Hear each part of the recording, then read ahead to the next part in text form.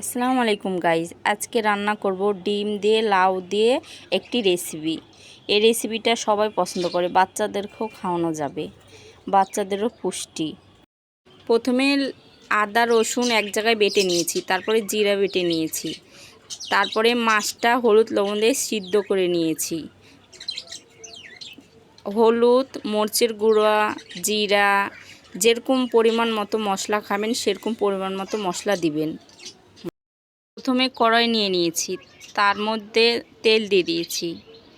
তেল দেওয়া গরম হয়ে গেলে গরম তেলে আপনারা পেঁয়াজটা আগে ভেজে নেবেন, বেরেস্তা করে নেবেন। বেরেস্তা করে উঠিয়ে নেবেন। বেরেস্তাটা দেখবেন সুন্দর বাদামি রং যেন হয়ে যায়। এবার পেঁয়াজ, তারপরে আবার পেঁয়াজ ছেড়ে দিলাম কষানোর জন্য। তারপরে পেঁয়াজটা ভেজে নেবেন। হলুদ দিবেন, তারপর লবণ দিবেন। হলুদ লবণ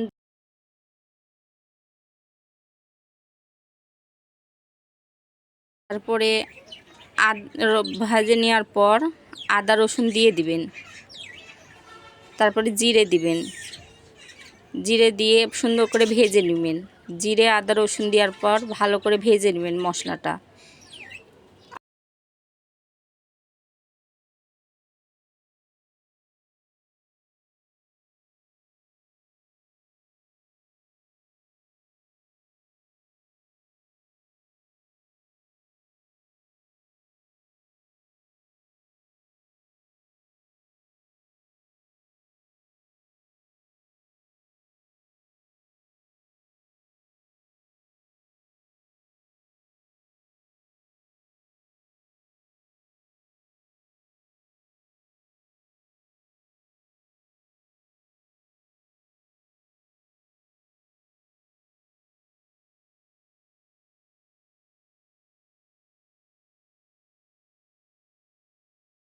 বাদামি রং ভাজা হয়ে গেলে একটা বাটিতে তুলে নেবেন সুন্দর করে। ডিমটা ভেজে নেবেন।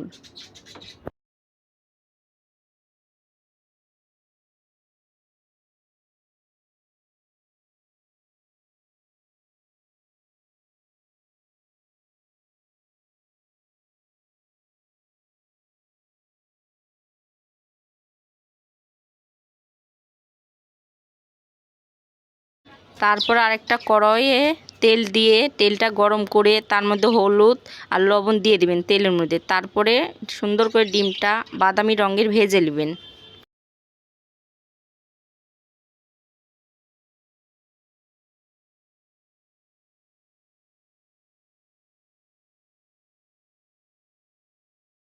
ডিমটার কালার আসলে সুন্দর করে নাড়তে থাকবেন যতক্ষণ না সুন্দর কালার আসে ডিমের।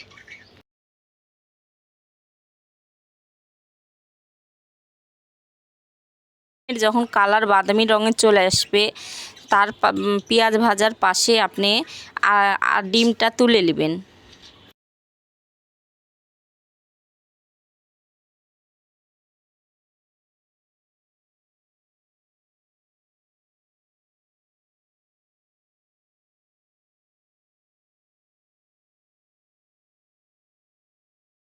ডিম তুলে নেওয়ার পর পেঁয়াজ দিয়ে দিবেন ওই কড়াইতে তেলের মধ্যে।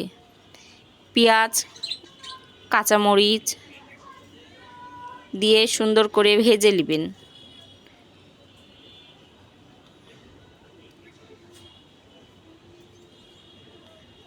নাড়তে থাকবেন যতক্ষণ না রং আসে বাদামি রং হয়ে গেলে আর জিরে দিয়ে দিবেন ওই পেঁয়াজ ভাজার মধ্যে।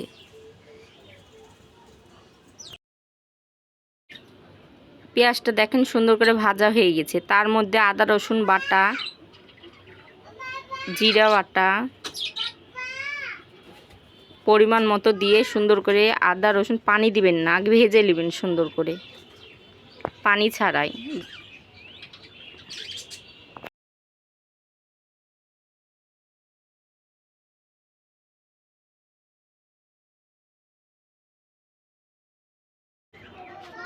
সুন্দর ভাজা হয়েছে দেখেন, রং আসছে আস্তে আস্তে ভাজার। আমি কিন্তু পানি দিইনি, তারপরে সামান্য পানি দিবেন। সামান্য পানি দেওয়ার পর সুন্দর করে নেড়ে নেবেন। নেড়ে দেওয়ার পর হলুদ, আপনারা যেরকম ঝাল খান সেরকম ঝাল দিবেন, আপনারা যেরকম লবণ খান সেরকম লবণ দিবেন। আমি হলুদ, মরিচের গুঁড়া, লবণ সব দিয়ে আবার কষিয়ে নিয়েছি। দেখেন আমার কষানোটার রং আসা লাগবে। আমি কিন্তু সামান্য পানি অ্যাড করেছি, বেশি পানি অ্যাড করিনি। দেখেন আস্তে আস্তে তেল ছাড়ছে মশলা থেকে, আমি কিন্তু পানি সামান্য দিয়েছি। সুন্দর রং এসছে মশলার, তেল ছেড়ে গেছে। কষানোর পর এখন দেখেন তেল ছাড়ার পর আমি লাউ এবং ডিম দিয়ে দিচ্ছি। লাউ ডিম সুন্দর করে নেড়ে নেবেন, আস্তে আস্তে নাড়বেন। দেখেন সুন্দর মশলার কালার আসছে, ওর মধ্যে কিন্তু আমি পানি দিইনি।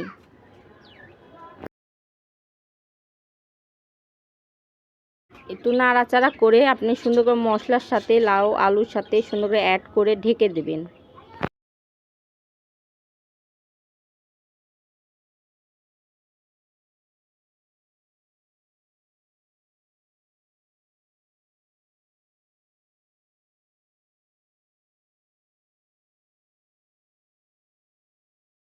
পরপর ঢেকে দিবেন আর লাড়বেন, কিছুক্ষণ পরপর ঢেকে দিয়ে সুন্দর করে লাড়বেন।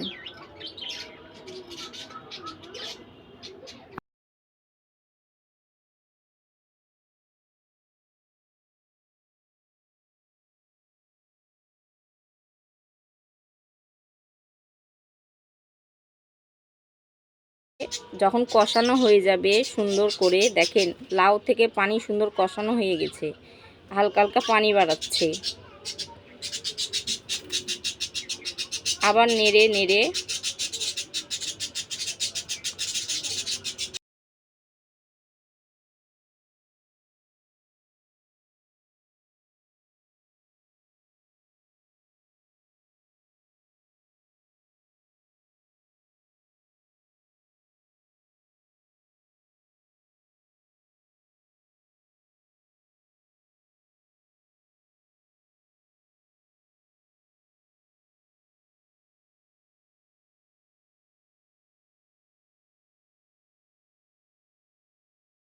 পাশাপাশি আরেকটা কড়াই নেবেন।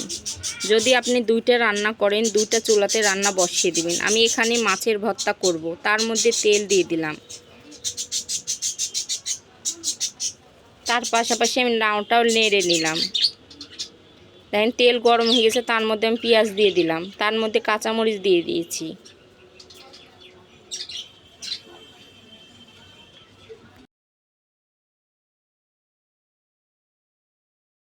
কাঁচামরিচ পেঁয়াজ সুন্দর করে নেড়ে নিয়েছি।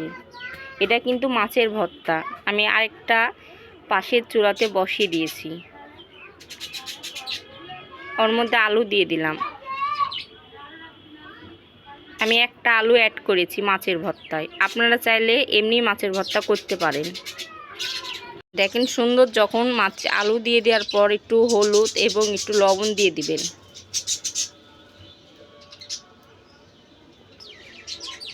হলুদ লবণ দেওয়ার পর একটু নেড়ে নেবেন,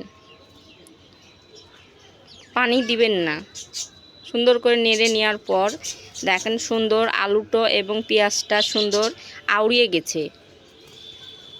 আউড়িয়ে যাওয়ার পর আপনি সুন্দর করে ভাজতেই থাকবেন পেঁয়াজটা, আলুটা এবং মরিচটা। দেখেন সুন্দর রং চলে এসছে আলুর, পেঁয়াজের এবং মরিচের। ওর মধ্যে আমি আদা রসুন বাটা এবং জিরা বাটা দিয়ে দিলাম, দিয়ে সুন্দর করে ভাজতে থাকলাম, কিন্তু আমি পানি অ্যাড করিনি। ভাজতে ভাজতে আপনি ওর মধ্যেই মাছটা দিয়ে দিবেন। মাছটা আমি আগে সিদ্ধ করে নিয়েছি এবং আপনাদেরকে বলে দিয়েছি, প্রথমেই সিদ্ধ করে হলুদ লবণ দিয়ে কাঁটাটা ছাড়িয়ে নিয়েছি।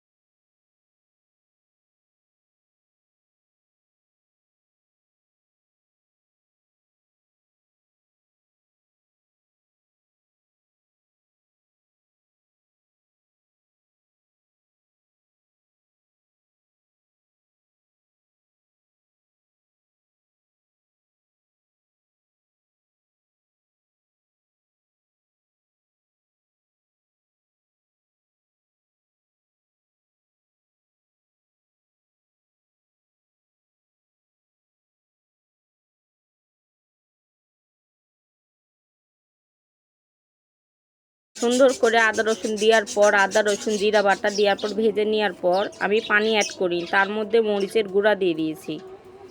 আপনারা যেরকম ঝাল খাবেন মাছের ভর্তায় সেরকম আপনারা ঝাল দিতে পারেন। আবার সুন্দর করে নেড়ে নিয়েছি। নেড়ে নেওয়ার পর দেখেন সুন্দর করে মশলা থেকে পানি ছেড়ে গেছে। তার মধ্যে আমি মাছ দিয়ে পানি সামান্য পরিমাণ পানি দিয়ে দিয়েছি, দিয়ে ঢাকনা দিয়ে দিয়েছি।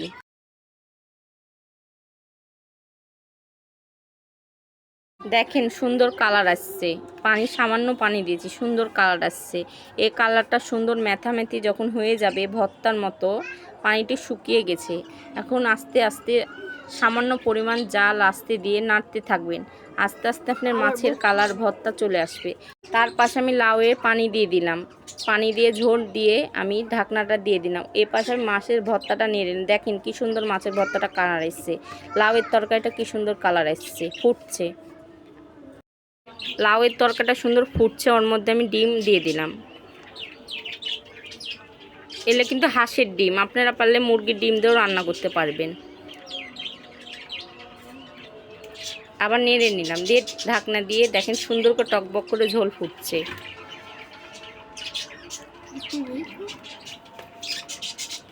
পাশে আমি ভর্তাটা আস্তে আস্তে নেড়ে নেড়ে দেখেন কি সুন্দর কালার আসছে মাছের ভর্তা। এবার দেখেন মাছের ভর্তাটা আমি বেড়ে নিচ্ছি। দেখেন সুন্দর হয়ে গেছে মাছের ভর্তা, পানি নাই কিন্তু মাছের ভর্তায়।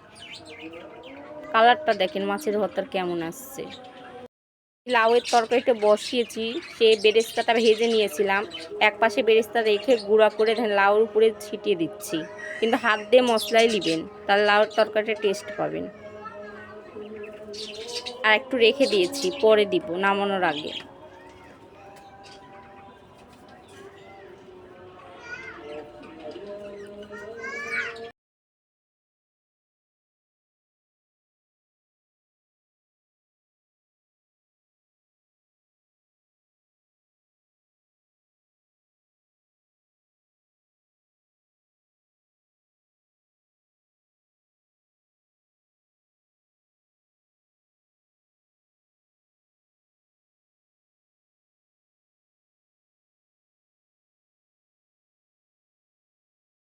তরকারিটা আমি আপনাদেরকে দেখাচ্ছি রান্নার পর কেমন কালার আসছে। আমার কিন্তু রান্না হয়ে গেছে লাউয়ের রেসিপি। এখন আমি বেড়ে নেব লাউয়ের রেসিপিটা।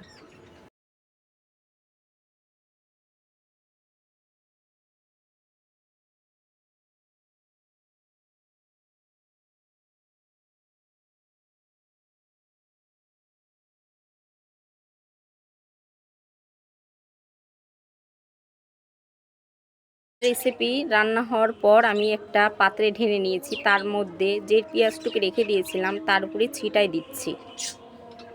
তার পাশে আমি মাছের ভর্তাটাও রেখে দিয়েছি। কালারটা দেখেন লাউয়ের তরকারির।